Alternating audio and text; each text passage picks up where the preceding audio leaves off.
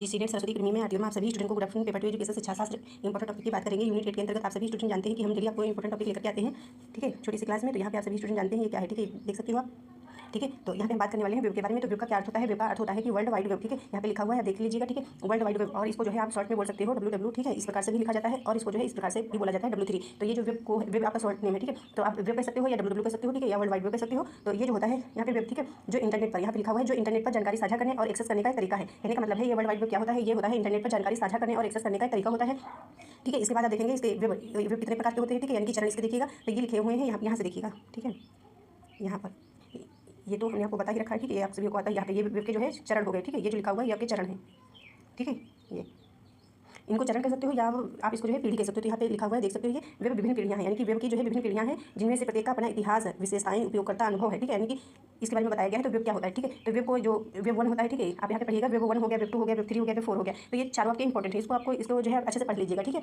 लिखा हुआ है। और इसको वेब के बारे में आप जो है नोट्स में अपने कवर कर लीजिएगा, इसको लिख लीजिएगा, वेब क्या होता है, वर्ल्ड वाइड वेब, ठीक है, इसके बारे में आप पूरी जानकारी लिख लीजिएगा। और इसको पढ़ा कैसे जाता है, यानी कि जो लिखा हुआ है 1.0 इसको पढ़ते हैं और 1.0 भी पढ़ सकते हैं, या इसको इस प्रकार से भी पढ़ते हैं 1 डॉट जो है ओ, ठीक है, इसको इस प्रकार से भी पढ़ते हैं 1.0, यानी कई प्रकार से सब लोग पढ़ते हैं। तो हम इसको इस प्रकार से पढ़ते हैं कि 1.0, ठीक है, 0 को ये शून्य कह सकते हो। तो चाहे तो आप इस प्रकार से पढ़िएगा कि वेब 1, हम तो इस प्रकार से ही पढ़ेंगे, वेब 1, वेब 2, वेब 3, ठीक है, इस प्रकार से पढ़ लीजिएगा, इजी रहेगा, ठीक है, याद करने में आपको। और इसके बाद इसमें आप पढ़ सकते हो, यह वेब की पहली सीढ़ी होती है कि वेब 1 आपका जो होता है वेब 1, ठीक है, पहली सीढ़ी या चरण कह सकते हो, वेब 1 पहली सीढ़ी या चरण है, ये मुख्य रूप से जानकारी प्रदान करने पर केंद्रित होती है, ठीक है। और सेकंड आपका जो होता है ये होता है सहभागी वेब कहा जाता है इसको, ठीक है, सहभागी। और ये जो 3 आपका होता है, ये जो होता है आपका 3 मतलब डॉट शून्य कह सकते हो।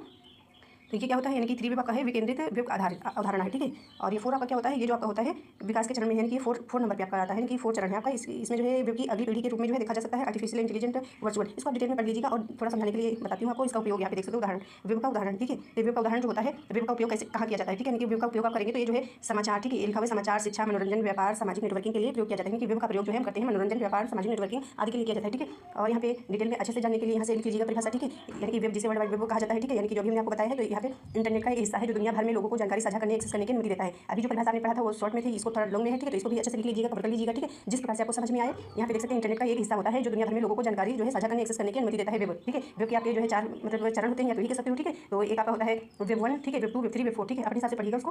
और यहाँ पे देख सकते हो यह एक नेटवर्क है जहाँ कंप्यूटर विभिन्न वेबसाइटों और दस्तावेजों से जुड़े होते हैं और उपयोगकर्ता ब्राउजर के माध्यम से इन तक पहुंचते हैं। तो ये सब आप पढ़ लीजिएगा, ठीक है। नेटवर्क क्या होता है, वेबसाइट क्या है, ब्राउजर क्या है, ये और वेब के घटक क्या होते हैं, HTML, इसका जो है आप फुल फॉर्म याद कर लीजिएगा, HTTP हाइपरटेक्स्ट ट्रांसफर प्रोटोकॉल, ये भी आप पढ़ लीजिएगा, सारे इंपॉर्टेंट है। URL यूनिफॉर्म रिसोर्स लोकेटर, ठीक है, IP इंटरनेट प्रोटोकॉल, ये सारा आप पढ़िएगा। हाइपरटेक्स्ट मार्कअप जो है लैंग्वेज, ये सारा आपको आना चाहिए, ठीक है। फुल फॉर्म तो जरूर से जरूर आप याद कर लीजिएगा, ठीक है, इसके बारे में भी आप पढ़ लीजिएगा।